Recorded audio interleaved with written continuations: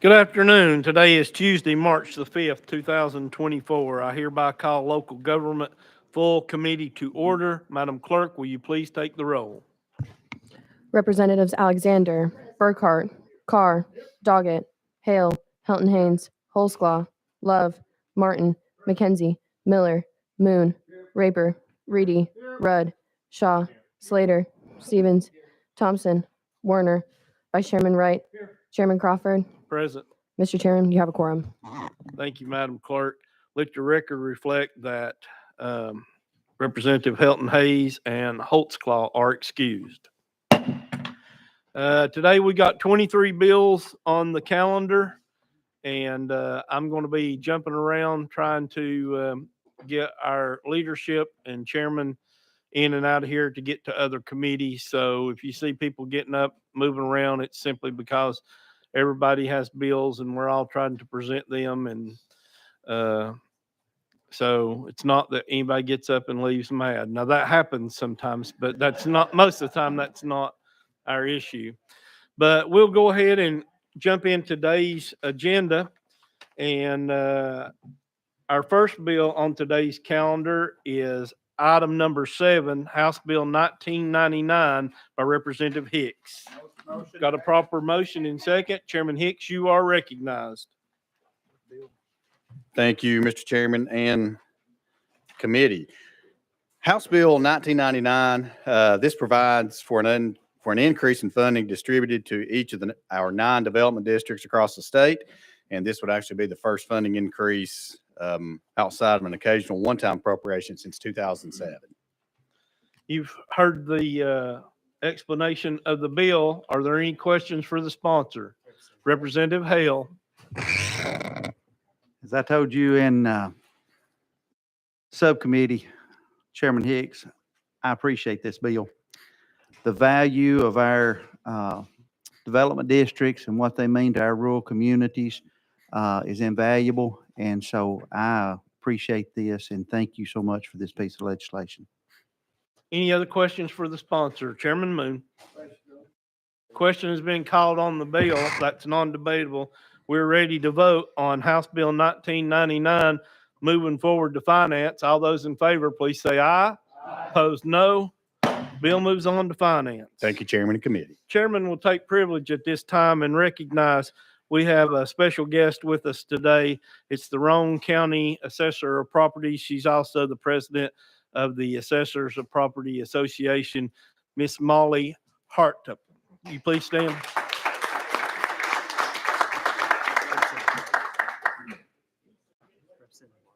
Okay. I forgot at the beginning of the meeting to recognize those that had announcements or personal orders. Representative Martin, you're recognized. Thank you, Mr. Chairman. I wanted to acknowledge and recognize Representative Joan Carter, who is here with us today. She took Mike Carter's place, and we're so glad to have Joan and her son Stephen and her daughter-in-law Misha here today. Would you make them feel welcome? Any other announcements or personal orders? Seeing none, we're ready to move on to our agenda. First bill on today's agenda is House Bill 2547 by Leader Lamberth. Got a proper motion and second. Leader Lamberth, I do see that we have a drafting code. Can you please give me your number?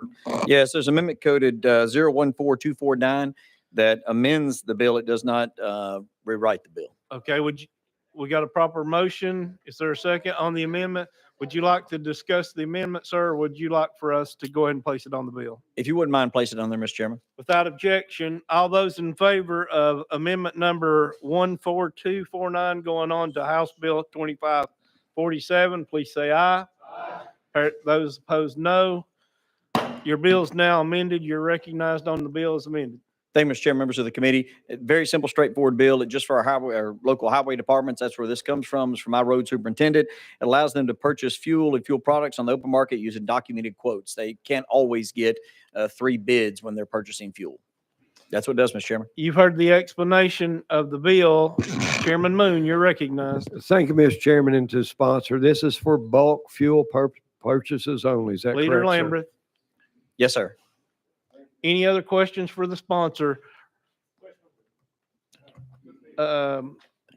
Okay. The question's been called on the bill. We're ready to vote. All those in favor of House Bill 2547 moving on to finance, please say aye. Opposed, no. Bill moves on to finance. Thank you, Mr. Thank Chairman, members of the committee. Item number 2 on today's agenda is House Bill 2977 with Speaker Marsh. Got a proper motion in second. Chairman will take liberty and announce that we have received a 2/3 majority resolution. It is in my office. If anybody would like to see it, it is filed there. Speaker Marsh, you have a motion in second. You're recognized on your bill, sir. Thank you, Mr. Chairman and committee. Bill is brought to me by the city of Petersburg, which is in Lincoln County. It amends their charter to certain things. One, they appoint the chief of police and his duties, and it has to have a financial affairs and done by a public accountant. With that, I'll answer any questions. You've heard the explanation of the sponsor of the bill. Are there any questions? Seeing none, we're ready to vote on House Bill 2977. Moving on to calendar and rules. All those in favor, please say aye. Opposed, no. Bill moves on to calendar and rules. Thank you, Mr. Chairman. We're going to jump to item number 18 on today's agenda by Deputy Speaker Johnson. Do I have a motion? Proper motion and second. Deputy Speaker Johnson, I do see we have an amendment.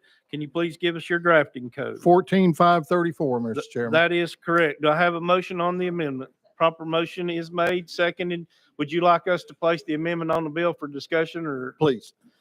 all those in favor of placing amendment number 14534 on to House Bill 2937, please say aye.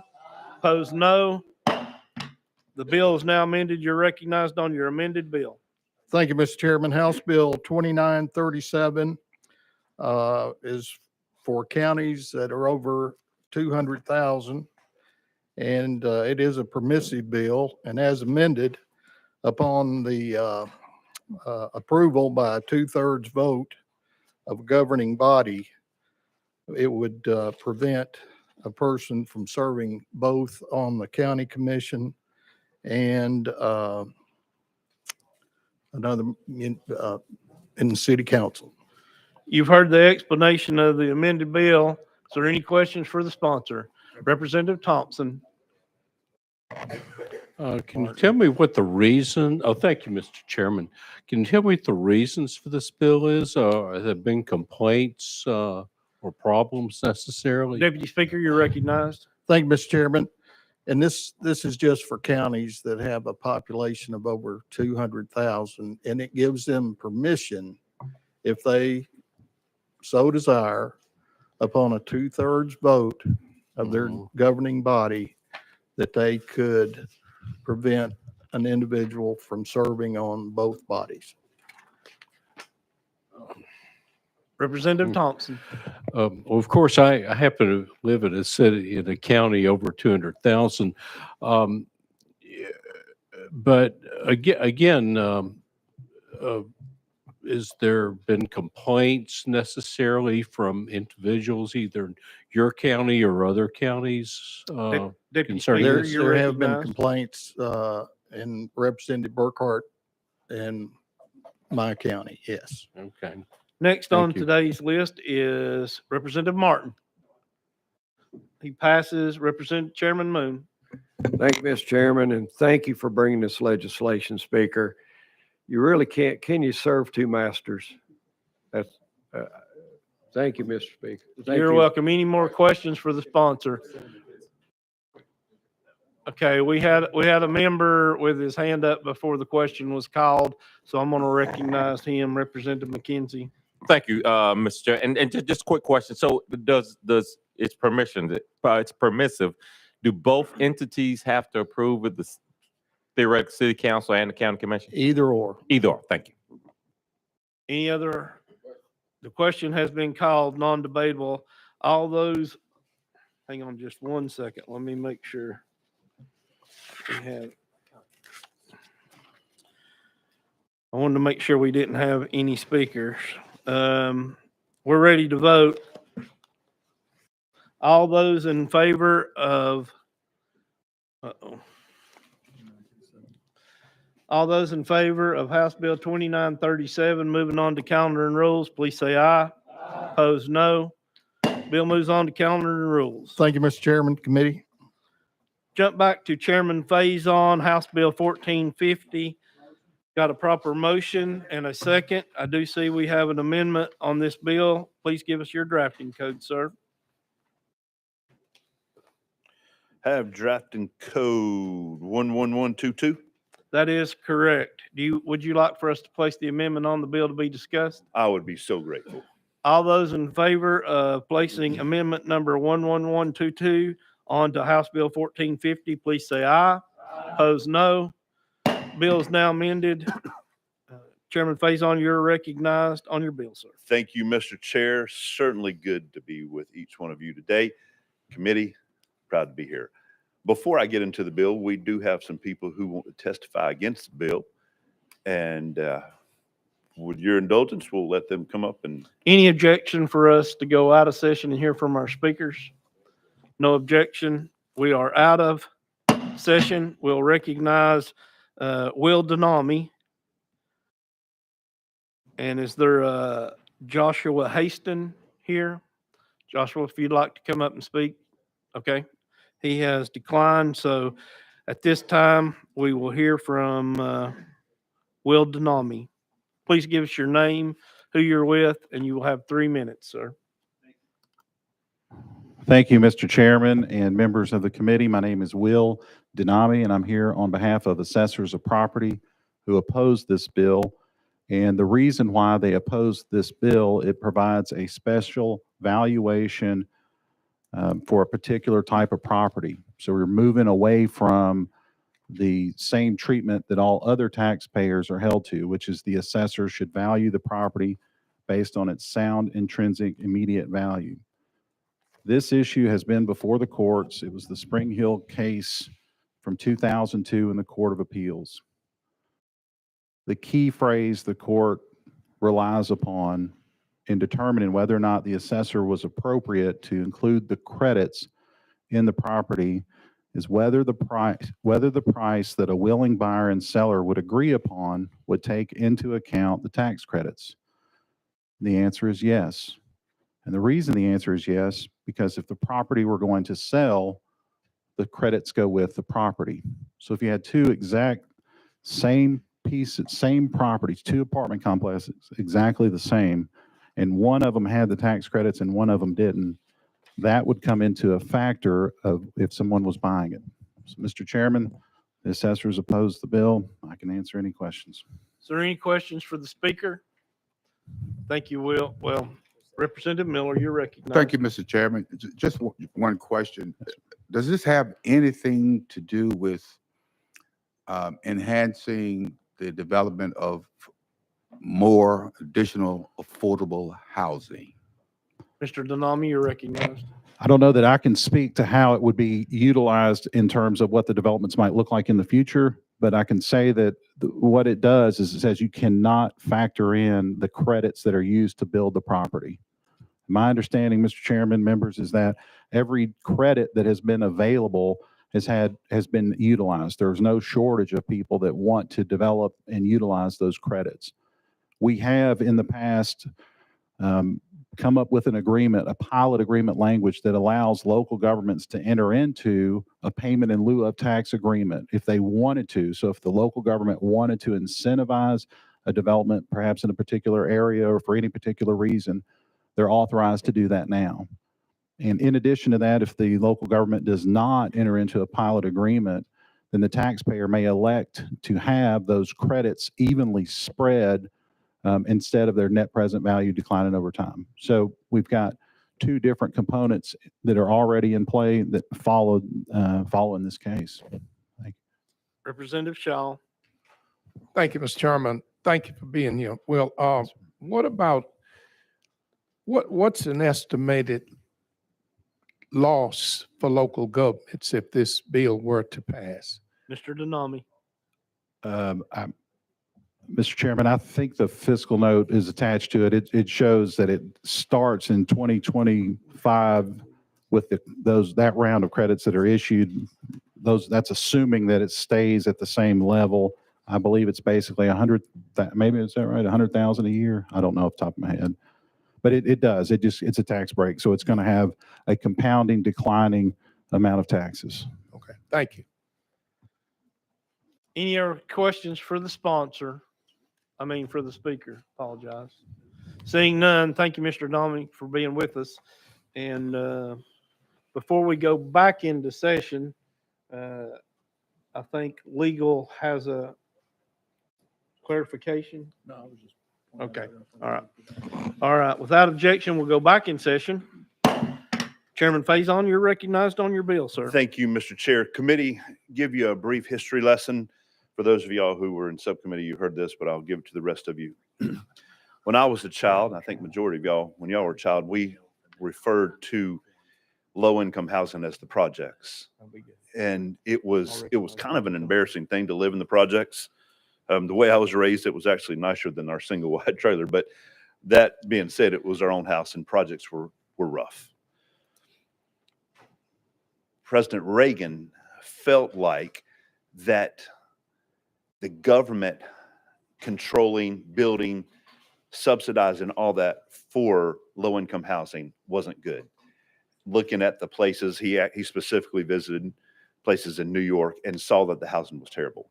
He came up with this notion, what if we subsidized it and allowed the private sector to take ownership of low-income housing? The way they did that is they started offering tax credits to developers to build low-income housing developments. As you can see nowadays, the low-income housing in your neighborhoods and places you see are just as good as the others. They look well. It's not an embarrassment. But as much as housing costs nowadays, there are people who simply just don't make enough to be able to fully afford condo apartments.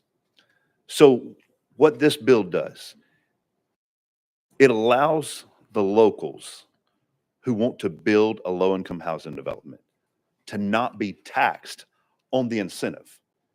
Each year, we give out incentives to businesses, corporations, people all throughout this state. We do it every budget. There's an incentive to somebody. This is the only incentive in the state of Tennessee, in the history of our state, that we turn around and tax or allow a tax on the incentive that we gave. So what you've seen, if you happen to live in a rural community, there are no developments for low-income housing that have been built. The gentleman who spoke before said he was right. He said there's a certain amount of tax credits that come to Tennessee every year. The THDA decides where those go. Well, the problem that we've seen is that the numbers don't work to build a low-income housing development in rural Tennessee. The reason those numbers don't work is when you build the low-income housing development, you're only allowed to charge rent based on 60% of the median income, the annual median income. The annual median income for a place right here in Nashville is around $80,000 a year. So you're able to try, when you build a low-income housing development, you're able to charge rent based on that. Places where I live, where a lot of you on this committee live, the annual income is somewhere between 50 and 60, or maybe even lower. When you start to tax 60% based on that, the numbers don't work, and therefore you don't have low-income housing developments coming out in rural Tennessee, which we desperately need. Where the Chairman Carr and I live, workforce is a situation, but on top of workforce, we also have to have housing for our workforce that we're hoping to get there. We can't get that right now. I believe that this bill, stopping the locals from being able to tax that tax incentive, will help us see and achieve more development in rural Tennessee. You heard the explanation of the sponsor. Are there any questions? Seeing none, we're ready to vote on House Bill 1450. Moving on to Finance, Ways and Means. All those in favor, please say aye. Aye. Opposed, no. Bill moves on to Finance, Ways and Means. If you'd like to be recorded as a no, please see the clerk. Item number 4, House Bill 2891, without objection, has been taken off notice.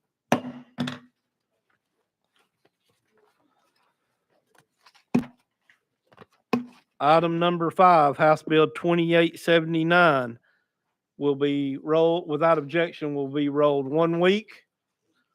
No objection, the bill is rolled 1 week.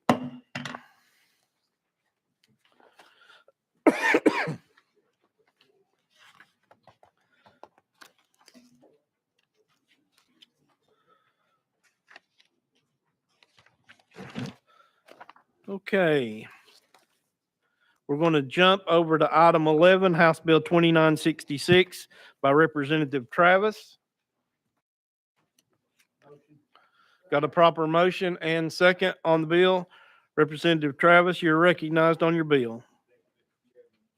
Thank you, Mr. Chairman and committee. House Bill 2966, it repeals the Chapter 11 of the Private Acts of 1986, which requires Van Buren County to solicit sealed bills for contractor purchase estimates to exceed $2,500 by public notice published in a newspaper with county-wide circulation or posting at the courthouse. Most of the Tennessee counties are subject to the existing county purchasing law of 1957, which requires sealed bills to be solicited if a contract or purchase exceeds $500, unless the county legislative body by resolution establishes a higher amount not to exceed $10,000. And this bill would allow Van Buren to play along with the other counties in the state of Tennessee. You've heard the explanation of the sponsor. Are there any questions for the sponsor? This is a local bill. I've received 2/3 resolution from the governing body. It's filed in my office if you'd like to see it. No questions for the sponsor, or we're ready to vote. All those in favor of House Bill 2966, moving on to calendar and rules, please say aye. Opposed, no. Bill moves on to calendar and rules. Thank you, Mr. Chairman and committee. Next on today's agenda is House Bill 2978 by Representative Gant. Proper motion and second. Representative Gant, you are recognized on your bill. Thank you, Mr. Chairman and committee. This was brought to me by Fayette County Commission and the mayor of Fayette County. It establishes a private act that sets up a Fayette County, it's called the Fayette County Water Authority. And the purpose of this authority is to plan and develop the water resources of Fayette County and the geographical region, and to provide necessary wastewater collection and treatment for the county. You've heard the explanation of the sponsor. Are there any questions for the sponsor? Seeing none, we're ready to vote on House Bill 2978, moving on to calendar and rules. All those in favor, please say aye. Opposed, no. Bill moves on to calendar and rules. Thank you, Chairman.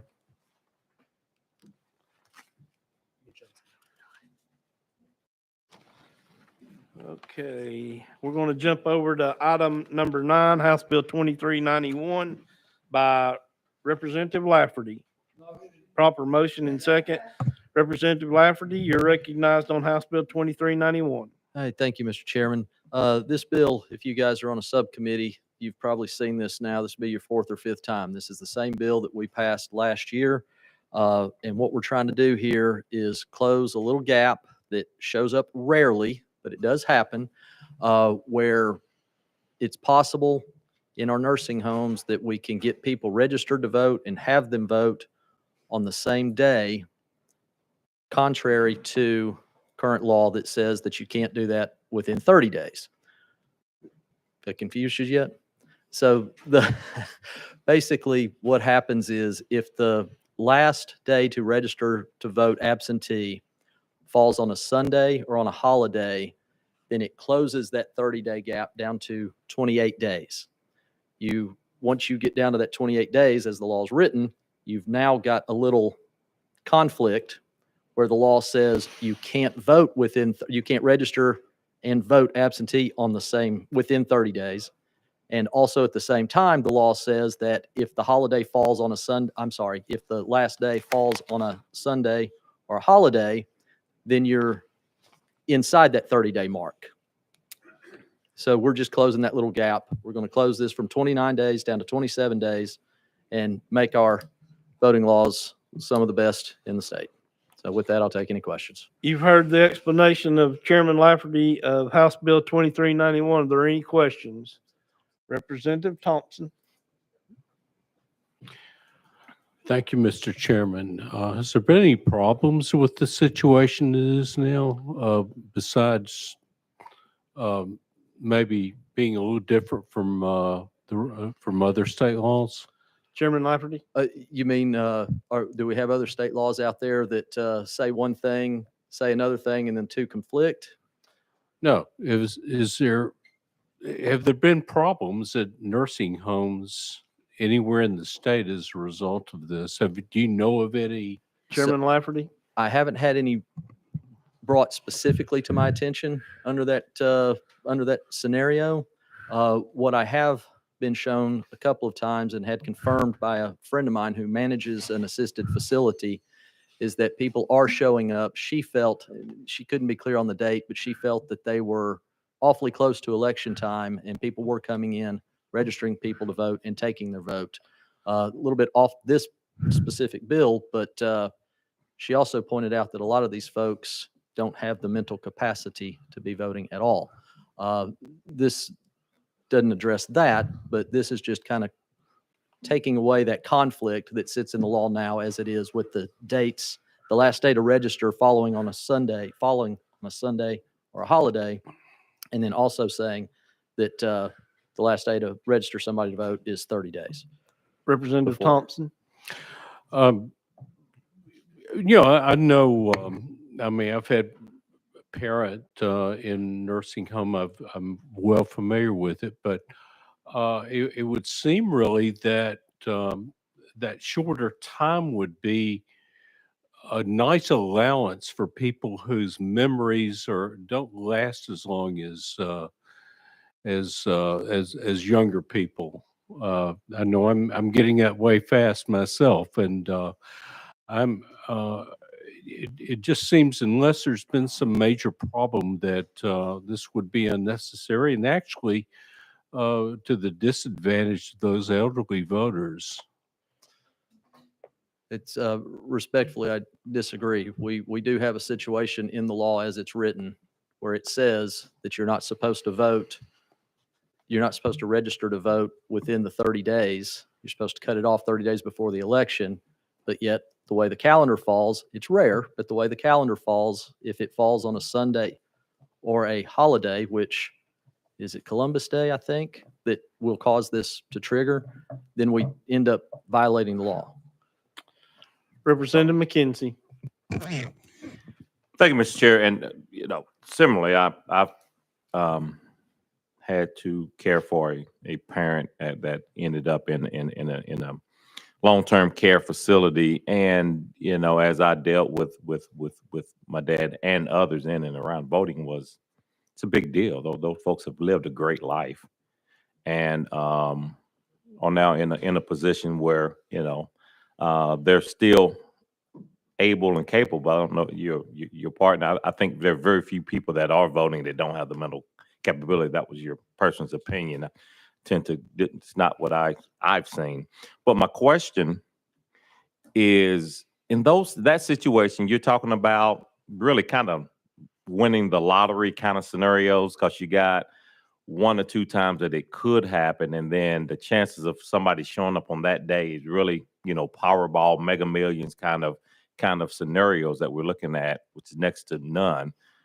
Why not go with the lesser conservative? Again, you're talking about people at the end of life. You're talking about people that are still wanting to be engaged. So why not take this bill the other way and take the date or make an allowance for them? Again, this is as you've said, this is rare. Again, this is lottery, Powerball type rare scenario. So why not allow them to vote? Chairman Lafferty, you're recognized. They will be allowed to vote. They have all year long leading up to an election and then some to prepare themselves to vote. We have a little glitch in the wording of the law in the calendar that, again, comes up rarely. This simply fixes the glitch. Representative McKenzie. So just last question. just last question on that. So again, what I'm asking is, why not fix the glitch to the other way to allow people in this rare situation to be able to vote within that 30 days and not restrict them down to 27 days? So why not allow that glitch to happen? Chairman Lafferty. Because I'm only cleaning up what I believe the original intent of the law was. And the original intent of the law was that we are not going to register to vote and have them vote on the same day, 30 days before an election. Representative Miller. I'd be going against, my apologies. Representative Miller passes. Representative Burkhart. Thank you, Chairman. Maybe I'm misunderstanding what we're doing here. But right now, the way, if the glitch falls, it goes against state law. Is that correct? Representative Lafferty. That is correct. Okay. So all we're trying Chairman to do. Burkhart. Oh, thank you, Mr. Chairman. So all we're trying to do is to clean up that and make it to where, are you going to where it's going to be 27 days that they can register? Or are you still going to leave it at 30? Chairman Lafferty. It will go to the 27 days, yes. So Representative Burkhart. So you're moving from 30 to 27, which makes it easier to vote? Chairman Lafferty. Thank you, Chairman. I don't know that it makes it easier to vote, but I don't also think that it makes it harder to vote. Okay, that's, Representative Burkhart. thank you. Okay. That completes our list. Any other questions for the sponsor? Seeing none, we're ready to vote on House Bill 2391. Moving on to calendar and rules. All those in favor, please say aye. Opposed, no. The ayes have it. If you'd like to be recorded as a no, please see the clerk. Thank you, committee. Thank you, Chair. Next on today's agenda is House Bill 2425 by Representative Hicks. Got a proper motion and second. Representative Hicks, you are recognized. Thank you, Mr. Chairman. This bill only changes notifications of annexations. That's all it does with annexations is the notifications. This bill requires municipalities to send the annexation resolution to each property owner within the territory of proposed annexation, each adjoining property owner within 200 feet, the county mayor, and the county commissioner whose district is included in the territory. The resolution must include a plan of services for the area proposed for the annexation. It also changes the notifications from 15 days to 21 days prior to the first hearing. It requires postage of a sign with the date, time, and location of the annexation. And this bill sets a 7-day minimum between the local planning commission public hearing on the plan of services and the public hearing to take action. So that's the bill, and I'll be happy to answer any questions. You've heard the explanation of the sponsor on House Bill 2425. Are there any questions? Representative Warner.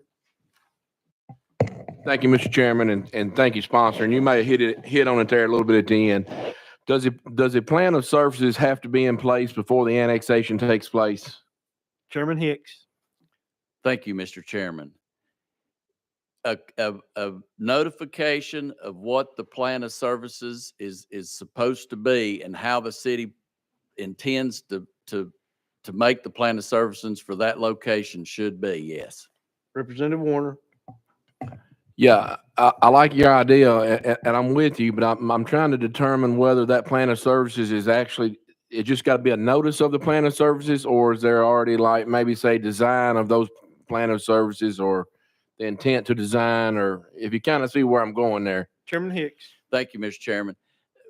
A design of the plan of services was what would be, things are going to have to be worked out after that, but it needs to be a design of the plan of services.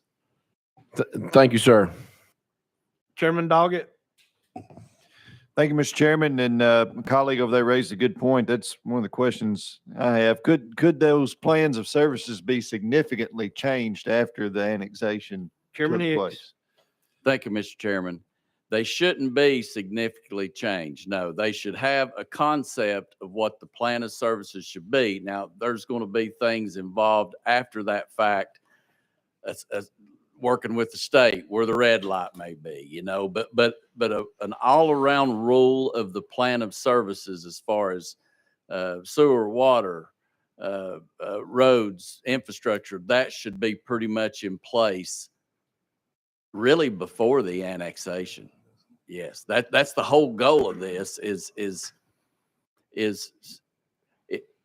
if we're going to develop large pieces of land and have 500 and 600 and 700 homes in these large subdivisions, like where I live, that are not used to that comes into a part of the county and gets annexed, it really makes an impact on those small communities. That's the reason for this, is to keep all the citizens involved and in a conversation. And those plans of services needs to be figured out fairly early during the annexation. Thank you, Mr. Sponsor. Without objection, I'm going to go out of session to hear from legal. They can clarify this a little better. So without objection, we're out of session. Legal, you're recognized. Thank you, Mr. Chairman. Josh Hughes from Legal Services. Just a point of clarification. So in TCA 651-102, it says that before any territory may be annexed under this part, the governing body of the municipality shall adopt a plan of services establishing at least the services to be delivered and the projected timing of the services. And Representative Hicks' bill does not change that at all. So the plan of services will have to be adopted prior to the annexation. Thank you, legal. Any questions for legal? Representative Warner. Is there anything in statute that determines the time that, I know in where I live, there's been, the city has annexed property 15 or 20 years ago, and these citizens still do not have city sewer out there. Is there any time limits on any of that type stuff? Legal, you're recognized.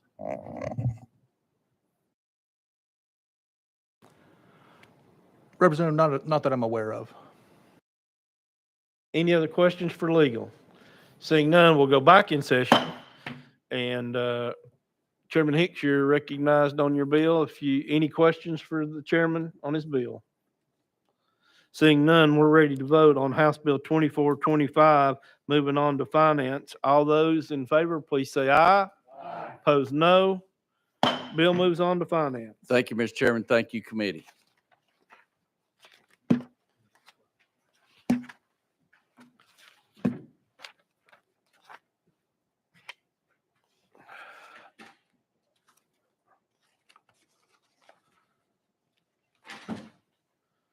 We're going to jump over to House Bill 2969 by Chairman Kiesling.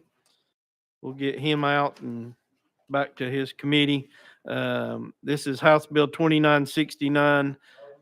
Proper motion and second. And for the committee, I have received a 2/3 majority resolution on this. Representative Kiesling, Chairman Kiesling, you're recognized on House Bill 2969. All right. Thank you, Chairman. All right. I've got actually two more following this one, Okay. Chairman. We'll get you. So I'm trying to get my ducks in order here. Yes. All right. This is local bill relative to Clay County and the county commission up there. They have, of course, this is subject to local approval. Let's make sure of that. But subject to local approval, raising the hotel motel tax from 2.5% to 4%, and they clearly understand that this additional funding has to go to tourism. So I do have, Mr. Chairman, and I failed to mention this. Mr. Chairman, there's already been, the question has been called and seconded, so we're ready to vote on House Bill 2969. All those in favor, please say aye. Aye. Those opposed, no. The ayes have it. Bill moves on to calendar and rules. Thank you, sir. Mr. Chairman, if you Members. just stay with us, you got House Bill 2153. This is a local bill. We got a proper motion and second. I have received a 2/3 majority resolution from the governing body. Yes. Chairman Kiesling, you're recognized on House Bill 2153. Okay, thank you. And just as thank you, Mr. Chairman, and just as abstract states, it is, this is setting the salary of the county attorney from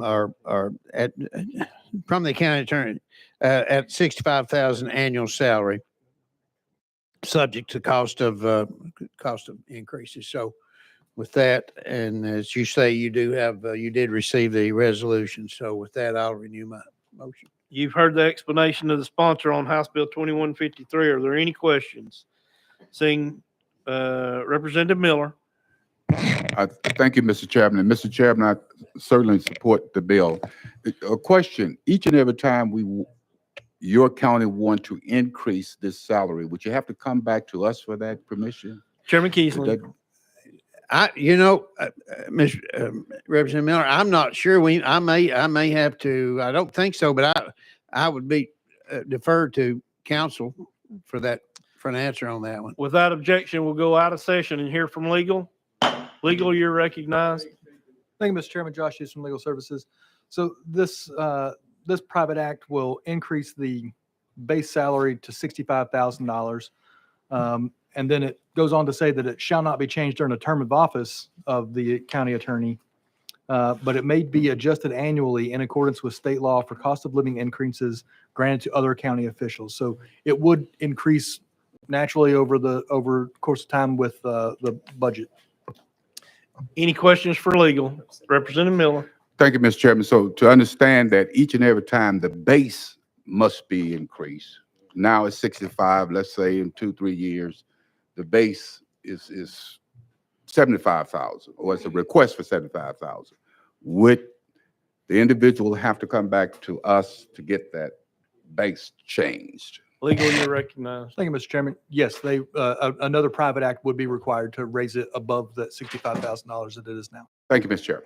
Any other questions for legal? Representative Martin. Does this have anything to do with the attorney's ability to work outside the attorney's office in there? I mean, is he able to work beyond the work for the county courthouse? Legal, you're recognized.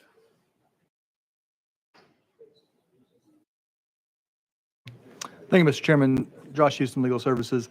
I don't have the entire private act in front of me to be able to look at that, but I would assume especially at that pay rate, that yes, they probably are allowed to work elsewhere. Any other questions for legal? Seeing none, we'll go back in session. And we're on House Bill 2153. Are there any more questions for the sponsor? The question's been called, non-debatable. All those in favor of House Bill 2153 moving on to calendar and rules, please say aye. Opposed, no. The ayes have it. If you'd like to be recorded as a no, please see the clerk. Okay. And Chairman Keesling, House Bill 2389. Got a proper motion and second. This is a local bill. I have received 2/3 majority resolution from the governing body. Chairman, you are recognized on House Bill 2389. And thank you, Chairman, and you are correct. This is the Fentress County Commission is they have requested us to. They are making. It's been decades ago. Let me get over here to my summary right quick. I apologize. I had just some notes here that I wanted to convey to y'all. Yeah, this is from their county attorney. Decades ago, Fentress County asked for a private act allowing their county, Fentress, to essentially be exempt from the requirements that constables have a high school education and be able to read and write, etc. And as those requirements for constable have been amended to add other requirements, Fentress County has continued to be excluded from those as well. So I'm going to pause there. There's more text, but the bottom line is, and I think you all get the gist of this thing, they want to be within that in council. I believe that's 10. What is that? TCA Title 8, Chapter 10, I believe is correct. That's relative to that. So with that, Mr. Chairman, I'll renew my motion. You've heard the explanation of the chairman on House Bill 2389. Are there any questions? Seeing none, we're ready to vote on House Bill 2389. Moving on to calendar and rules. All in favor, please say aye. Those opposed, no. Bill moves on to calendar and rules. Mr. Chairman, could I take just a personal, how do we say that? You all are out of order. He's so kind, isn't he? Thank you, Chairman. Thank you for that. You're welcome. All right, jumping back to item number 12, House Bill 2981 by Representative Martin. Proper motion and second. Representative Martin, is this your first time before this committee? No, sir. I think I was here once last year. Okay. I can Does pretend it anybody is, though. remember him singing the? I can redo it if need be. Okay, all right. I am flexible. It works. This is a local bill where we received a 2/3 majority resolution from the governing body. So you're recognized on House Bill 2981. Thank you, Chairman and committee. I'm honored to carry this on behalf of the city of Humboldt. This community has seen tremendous growth, and this plan will continue to move us forward for the next generations to come, for sure. What this will do is convert Humboldt Utilities into Humboldt Utilities Authority. With that, the main objectives are going to be helping to offset debt onto this authority away from the city for help growth as well, and then adding in potential aspects of telephone, TV, internet as well for this community.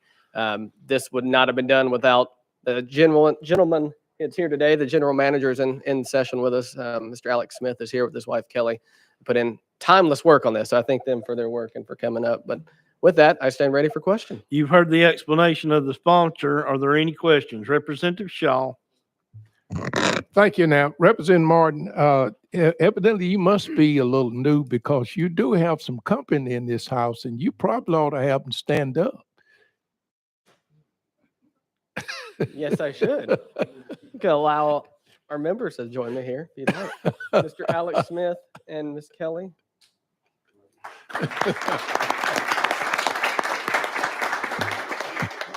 Looking after me, sir. Appreciate it. Thank you. Any other questions for the sponsor? Questions been called on the bill. We're ready to vote on House Bill 2981. Moving on to calendar and rules. All those in favor, please say aye. Opposed, no. Ayes have it. Bill moves on to calendar and rules. And House Bill 2974, item 13, got a proper motion and second, and I have received 2/3 majority resolution. It's in file in my office. You're recognized on your bill, Mr. Martin. Thank you, Chairman and committee. This one is another private act from the city of Trenton. This passed unanimously from their city council. And this act would just better align the city elections with state and federal. Again, saving dollars locally and then also helping get elections on time. You've heard the explanation of the sponsor. Are there any questions? Questions been called on the bill. We're ready to vote on House Bill 2974. All those in favor, please say aye. Opposed, no. Bill moves on to calendar and rules. Thank you, committee and chair.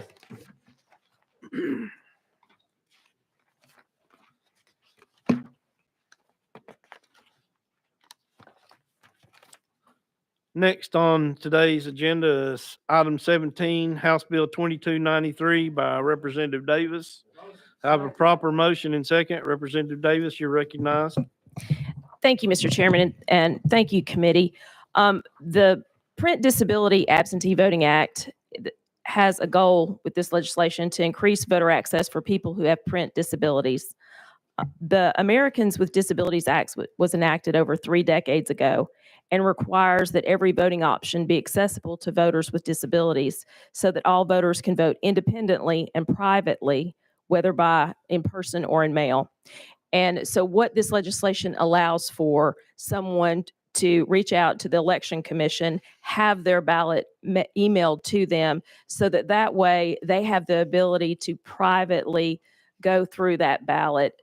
In some instances, or in a lot of instances, with those that need that visual assistance, it's an election worker that assists them. And so that kind of that confidentiality and privacy of your vote is being shared with another person. And there are a lot of equipment or varying devices that people have that they can use in their home in order for them to be able to go through and either listen to the ballot being read to them or enhance the print to where they can read it properly. And then they have that private confidential ballot. Also, one thing that with regard to this legislation, they do have to sign their name and mail it back in, just like every other absentee ballot, so that that signature matching there is counted for an absentee ballot. And then also, if it's this doesn't change any of the first time voting requirements. So if it is their first time to vote, they still have to go in person and present their ID. You've heard the explanation of the sponsor. Are there any questions? Representative Warner. Thank you, Ms. Davis, and thank you for the bill. And I certainly think everyone should have the right to vote. And today is election day, and hope people are getting out and voting in this rainy weather. As far as how the ballot is returned to the election office, can it be electronically transmitted by email or fax, or how is that ballot getting back? Representative Davis. No, sir. It has to go back through the same channels that any other absentee ballot does, which it has to be mailed back in so that they can have that signature match.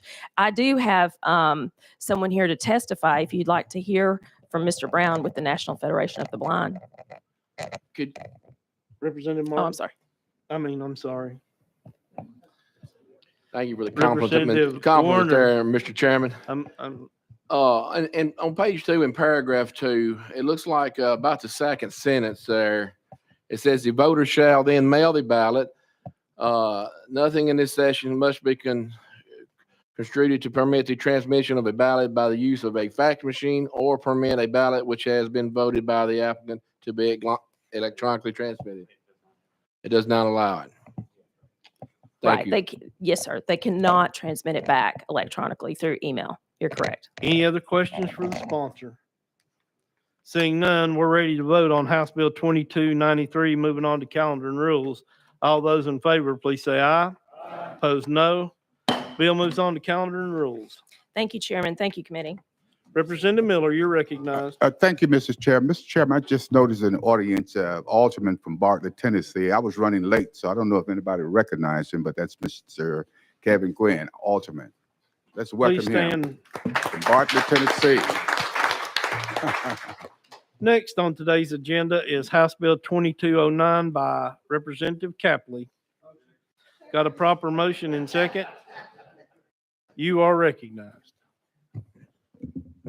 Thank you, Mr. Chairman. I appreciate you. I hate to do this, Mr. Chairman, but the summary of the bill is what the bill does. So if you'd like, I can read it, or we can rock on ready for questions. We already have a question, so I'll recognize Chairman Doggett.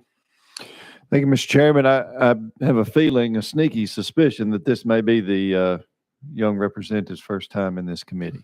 Oh, is there any truth to that? Mr. Chairman, I can't speak to that at this time. Well, that's a pretty good sign. We require, for you to be able to pass your bill, you have to sing the General Assembly fight song. And you can start with the first verse.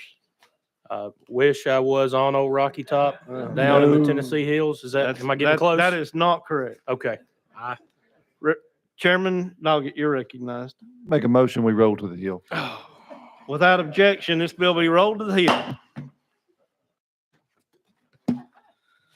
Item number 20 on today's agenda is House Bill 685. Representative Shaw, you're recognized. Thank you, Mr. Chairman. My mayor just walked in, and I wanted to recognize him from the city of Bolivar, Tennessee, Mayor Julius McTizzick. Y'all could help me make him welcome, please.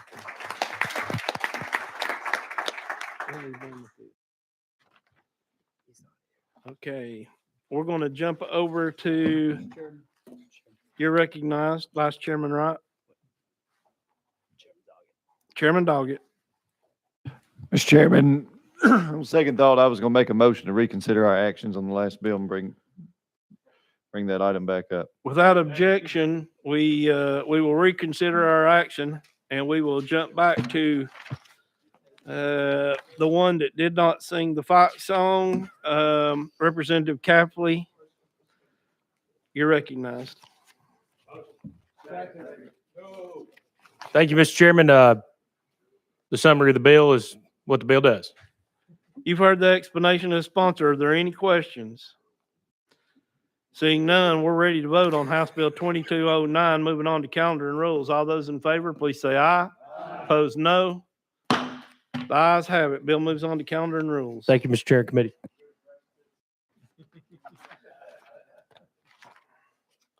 Item 21, without objection, will be presented from the diocese, House Bill 2532 by Representative Burkhart.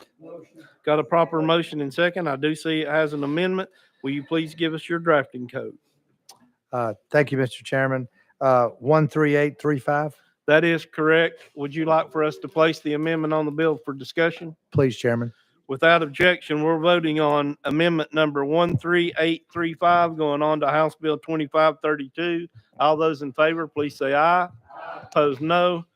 Bill is now amended. You're recognized on your amended bill.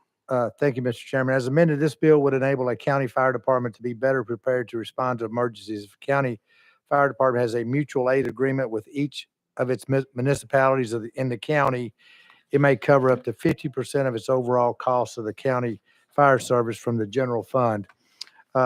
This bill comes from Montgomery County. We are in a unique position in Montgomery County. We have only one city, which is Clarksville. We have mutual aid set up with the city of Clarksville, Montgomery County, and then Fort Campbell, Kentucky. So we have mutual aid agreements with all the three parties. This bill is on behalf of the Montgomery County, and again, it has the full support of Clarksville Mayor Joe Pitts. Strongly supported by the Tennessee County Commissioners Association, and I will try to answer any questions if anybody has any. Just for the committee's knowledge, this is, it sounds like a local bill, but it has statewide applications. So, question has been called on the bill. We're ready to vote on House Bill 2532 as amended. All those in favor, please say aye. Opposed, no. Bill moves on to Finance, Ways and Means. Next on the agenda is House Bill 1794.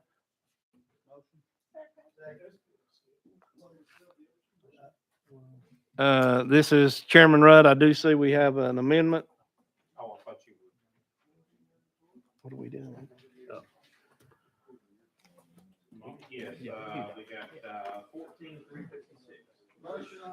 That is correct. We got the proper motion and second on the amendment. Let's go ahead and place the amendment on the bill.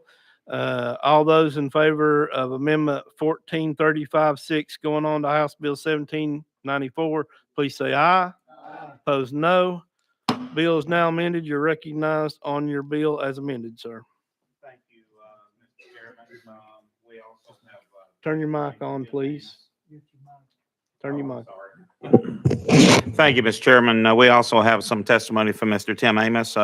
This is the Uniform, Faithful, Protect, or Presidential Electors Act. It requires that each elector or alternate to vote for the candidate for which they were elected or appointed to represent or be terminated and replaced. It requires the vote to be proportional to the election. The Secretary of State presides and the Coordinator of Election presides over this process, and the governor is present at these meetings. You've heard the explanation of the sponsor. Any questions to the sponsor? Seeing none, without objection, we'll go out of session and hear from Timothy Amos. Please give us your name, who you're with, and you'll have 3 minutes from the start, sir.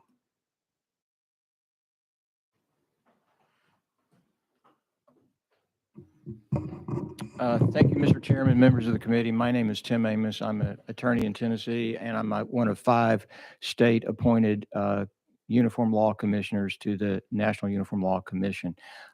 This is one of the model acts or uniform acts that deals with the presidential election. It helps to ensure that those folks who are on the ballot and elected and pledged to vote for a particular presidential candidate completely fulfill that duty.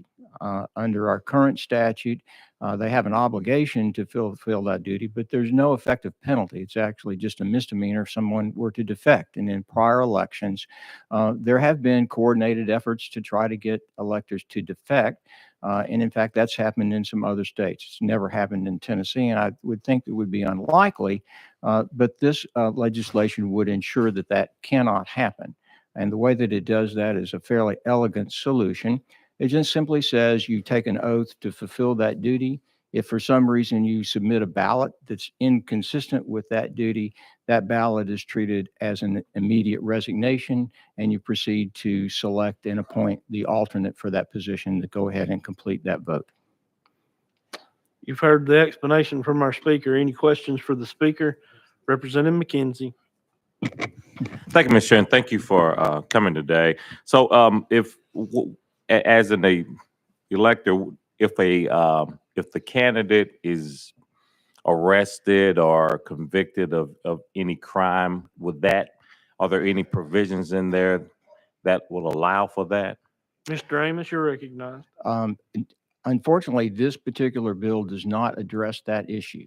And so under current statute, if a candidate is deceased, then the electors are free to vote whoever they want to vote for. The amendment includes the language that was recommended by Mr. Goins, the election coordinator, to take out that provision so that the electors are not totally free, that they are then obligated to vote for the candidate, as I understand it from his amendment, that is submitted by the same political party that you elected, but that would fall under party rules as to how that succession were to take place. Now, remember, you also are voting not just for the presidential candidate, you're also voting for the vice presidential candidate. And I think under some scenario, and I'm not the legal person to ask how that's going to play out, but if the presidential candidate was not qualified or was deceased and you vote for the vice presidential candidate, then I think you have a succession process in place. Representative McKenzie, you haven't, okay. Representative Thompson.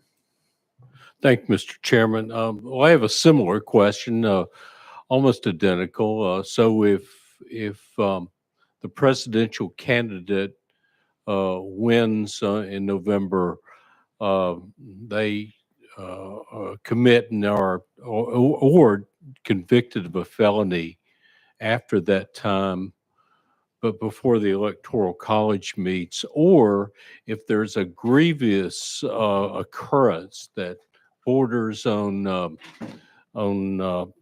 treason, but they don't, it's not enough time to have a trial or anything before then. The electors under this law would still be obligated to vote for that Mr. Amos person. My assumption would be, and this is just my personal opinion, I think that if they're disqualified, then they would no longer be on the ballot. And so you could not submit a ballot for a person who was disqualified. And then you would vote for the vice presidential candidate. Representative Thompson. Okay, but I mean, they've won the election. How could they be off the ballot if they already won the election? Well, Mr. Amos. If a court disqualified them to not be elected, that would be up to the court. This legislation, I don't think, can really address that, and certainly not in its uniform stand. Any other questions for the speaker? Representative Thompson. Just briefly, I think if there's no exception to the rule in this law, then yeah, that they couldn't be. But it seems like there could be an exception here that, in extreme cases, to allow electors to deviate from that. Thank you. Any other questions for the sponsor? Seeing none, we'll go back in session. We're on House Bill 1794. Any questions for the sponsor? Seeing none, we're ready to vote on House Bill 1794. Moving on to calendar and rules. All those in favor, please say aye. Aye. Opposed, no. Ayes. Move on to calendar and rules. If you'd like to be recorded as a no, please see the clerk. We're going to jump all the way back to item number 8 on today's agenda. It is House Bill 2071 by Chairman Williams. Got a proper motion and second. Chairman Williams, You Thank- are recognized on your bill, sir. Thank you, Chairman and members. This bill simply codifies a practice that was instated 5 years ago as it relates to an exception to a referendum by 2/3 of the property owners wishing to be annexed into a city based upon it being contiguous to the current city. Currently, under statute that was revised several years ago by our colleague and friend, that bill would allow for annexation by referendum only, which would be by a simple majority. It was found 5 years ago in discussion that there would be instances where an expeditious remedy to a referendum, which would save local communities dollars, would allow for a higher standard of 2/3 and limit the number of parcels to 9, so that in the event that an economic or community development project which might occur on the outside of a current city, the city would allow them to come in to that city by the higher bar than currently by referendum. It wouldn't prohibit any other way. It just sets that higher bar. And this bill that bill originally 5 years ago had a sunset on it.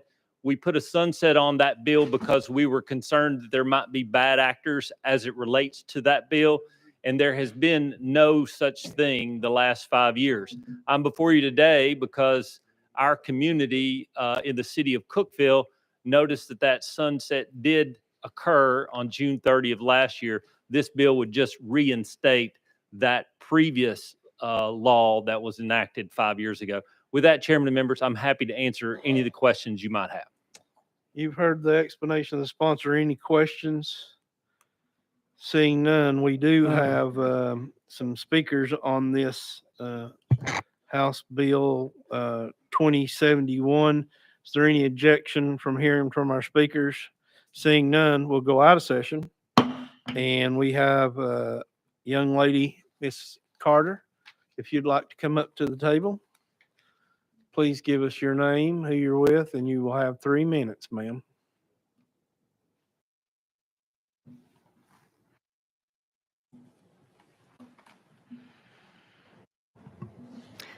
Good afternoon.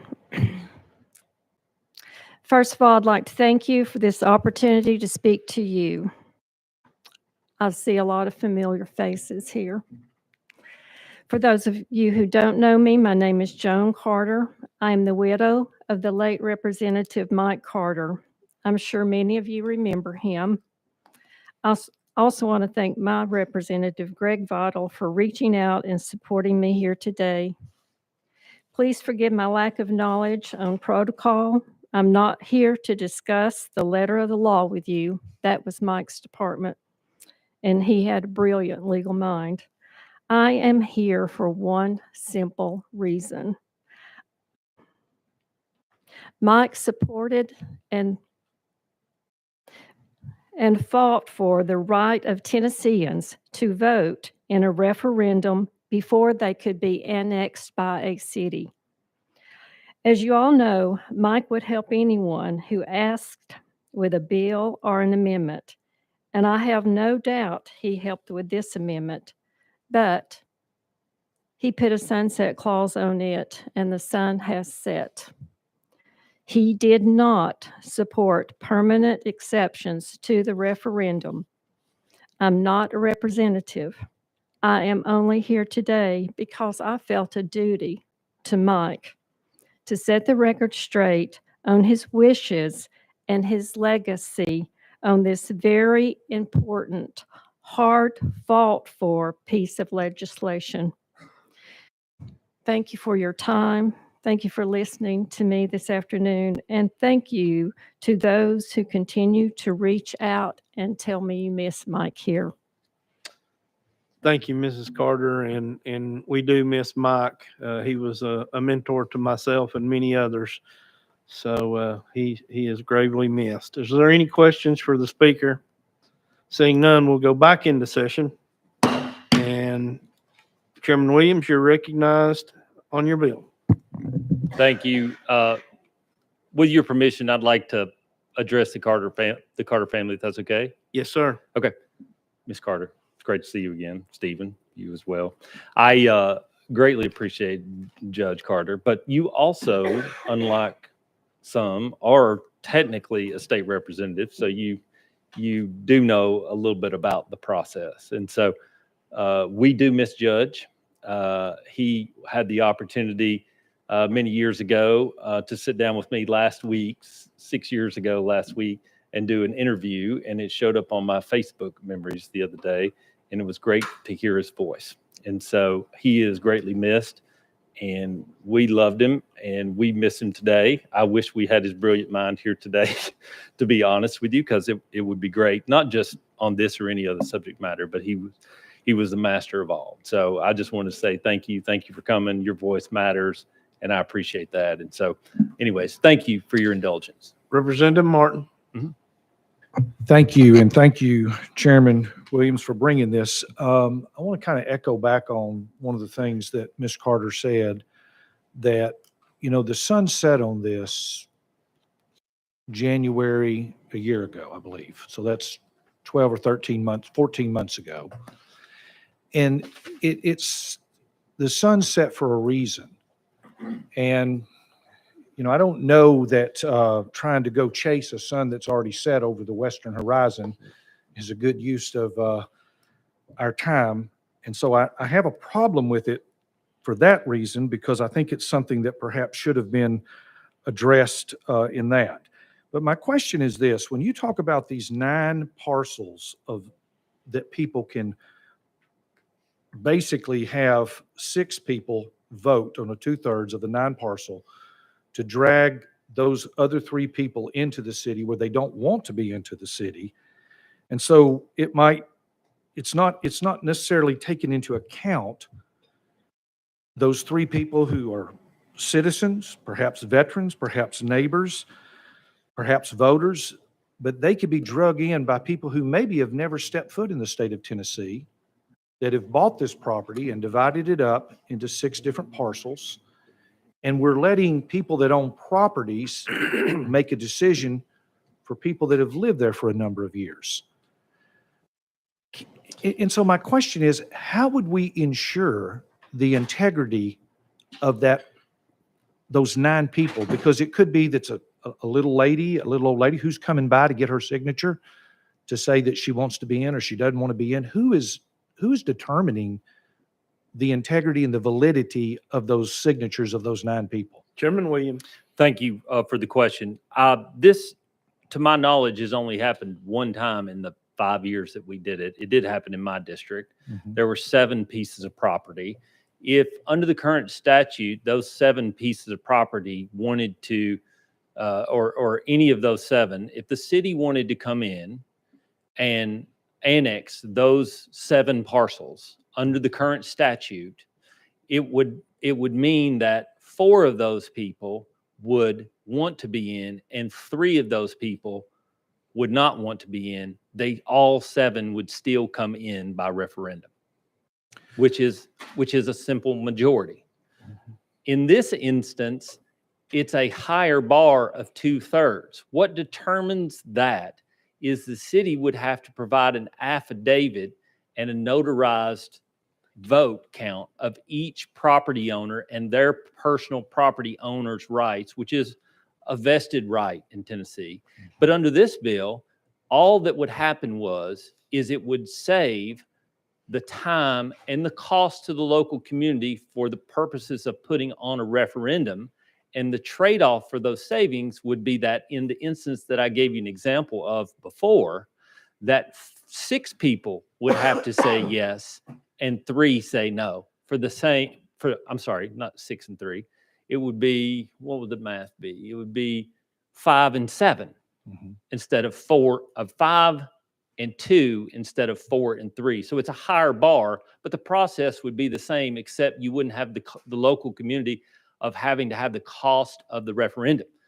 And to your original thought about the sunset was when Judge Carter and I started with this idea of this bill. Because of what happened, he is the one who suggested that we put a sunset on it, because he nor I wanted someone to use it inappropriately And that was means by which to do it. But because it hadn't had any problems, and because, quite frankly, none of us knew that until the city of Cookeville called me and said, hey, this is a good tool with a higher bar, did we even think to come back and do it? So to say the purpose of the sunset was for anything other than that, except for as a precautionary measure against bad actors, is simply not factual.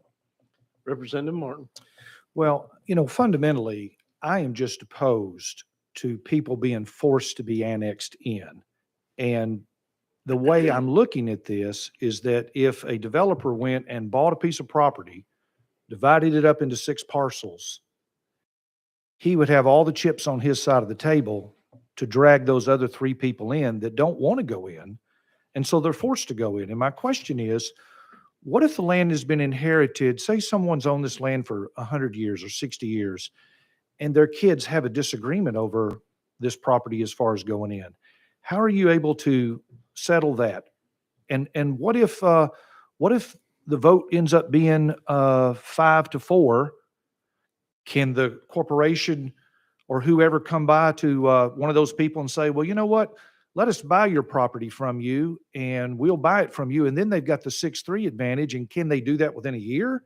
Can they do that? Do they have to wait 2 years to be able to repetition that again? These are my questions that I have about that. Chairman Williams. Well, there were a lot of questions there. First of all, property is property. People can purchase it any time as it relates to, if somebody came to the Williams household today and said, here is a couple $1,000,000, I really want your house. Guess what? They just bought a house. And that's a great story, but the reality of it is it doesn't happen. In the instance that you're talking about, the example of this wouldn't necessarily apply, because in the instance of an annexation, it's the current property owners who vote. And Chairman Carter and I created this deal so that it was a higher bar of 2/3. You would have an argument if it were the same bar as a referendum. All you'd then be doing is saving the cost of a referendum to do that, if that's the case. But in the examples that you've given, they're fantastic stories, but I'm not following how that necessarily applies or is applicable to the language of this bill. Let me say to the committee, let's keep our questions on point and not get into a running debate on these issues. So if you've got a question, sponsor, you just answer the question and we'll go from there. Representative Martin. I love that line that I've heard you use a time or two. I really do. That it's a great story, but it doesn't fit. But the story does fit, in my estimation, that people that don't want to get annexed are going to be annexed if we pass this bill. Whatever else we might say, that's going to happen. And it's going to be people who are not necessarily neighbors and friends and people that go to church together and people that vote on election day together. It's going to be determined by people that own the property, not people who've lived in the community of those 9. And it's that reason is the main reason that I can't be supportive of this, but I appreciate you bringing it. And I'm going to vote against it again today for those 2 main reasons right there. Any other questions for the sponsor? Vice Chairman Wright, you're recognized. Thank you, Mr. Chairman. Chairman Williams. I was on the subcommittee as this bill was looked at in earlier discussion phase. I have to now admit that I've got a lot of discussion from back home. And it primarily revolves around the fact that I'm a recovering county commissioner. And the 6 years, and I'm not recovered yet.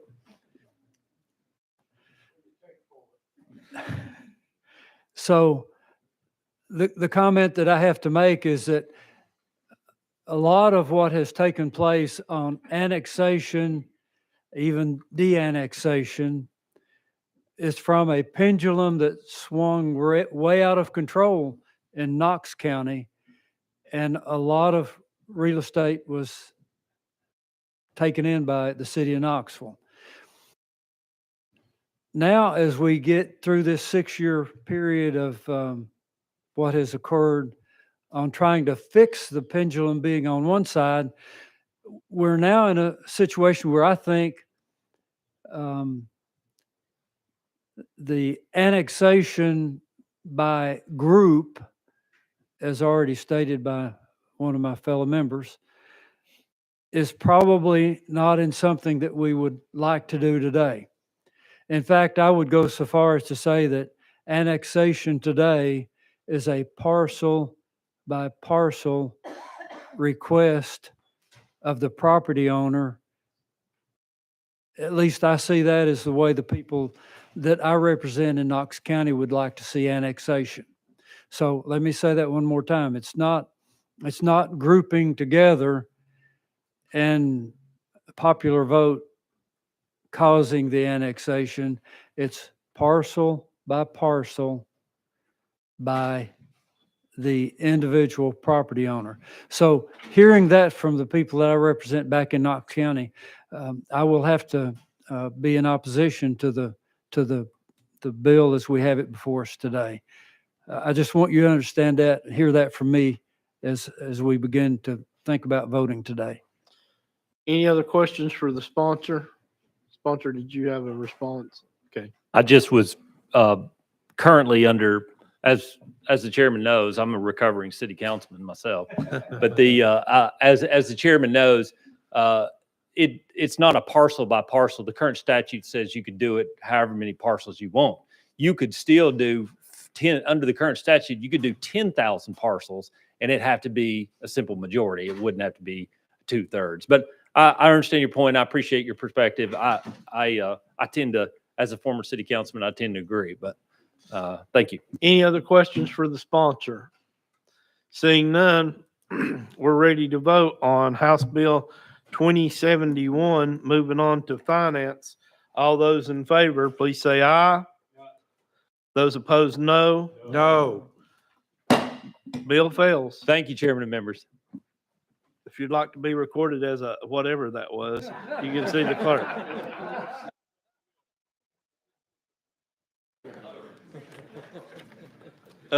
Yeah.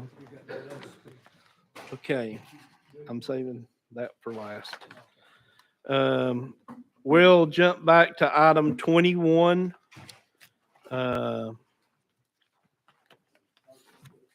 Let me get to the page. Item 21, House Bill 2532. Have we've taken that one up? Okay, we go to item 20. And this is Representative Thompson. For what reason? We have this room for 6 more minutes, and this is to consider an amendment to our Constitution. It would seem like we need more time to consider this, and I would request that we go ahead and adjourn for now and take this up next meeting. That is a proper motion to adjourn. Is there a second? There is a second. Any objection to the adjournment? Seeing none, we are adjourned.